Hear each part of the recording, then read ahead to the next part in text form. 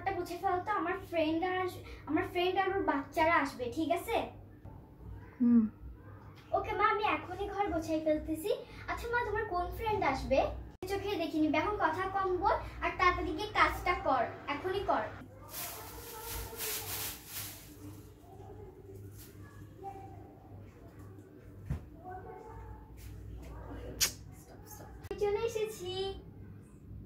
চলে এসেছিস? আচ্ছা আই, চল গল্প করি। এটা কার বাসায় আনছো? বাসাটা তো একদমই সুন্দর না, অনেক বাজে। চলো যাইগা। এ বাবু দাঁড়াও, আমাদের বাসা সুন্দর না হলে আসছো কেন? চলে যাও গা। তুই এগুলা কি বলছিস? আরে বাবু, তুমি ওর কথায় কষ্ট পেও না, তুমি থাকো থাকো, বসো বসো, তুমি বসে খেলো। হ্যাঁ এই তোরা না চুপচাপ করে বসে থাকতে বলছিস, বসে থাক। আর একটু যদি শয়তানি করছ কানের নিচে একটা লাগে। বেশি করো। আমি একটু এখানে কথা বলে কি হয়েছে? তুমি একদম বেশি করো, তুমি একদম ভালো না। তুমি না আসার আগে বলছিলে এই আন্টিটা একদম ভালো না, এই আন্টিটা অনেক খারাপ, তাহলে এখন কেন এই আন্টির বাসায় এসেছো? হ্যাঁ ঠিকই তো তুমি বলেছিলে, যে আসার আগে তো ঠিকই তুমি বলেছিলে যে আন্টিটা খুবই খারাপ, আন্টিটা বাসায় গিয়ে একদম দুষ্টামি করবে না।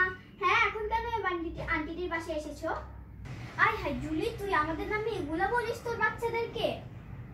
আরে না না মিনু, আমি তো ওকে নিয়ে এগুলা বলি না, তুই ভুল বুঝছিস। আরে না, আমি বিশ্বাস করো কি এগুলা বলিনি, বিশ্বাস করো, মিথ্যা কথা বলছে।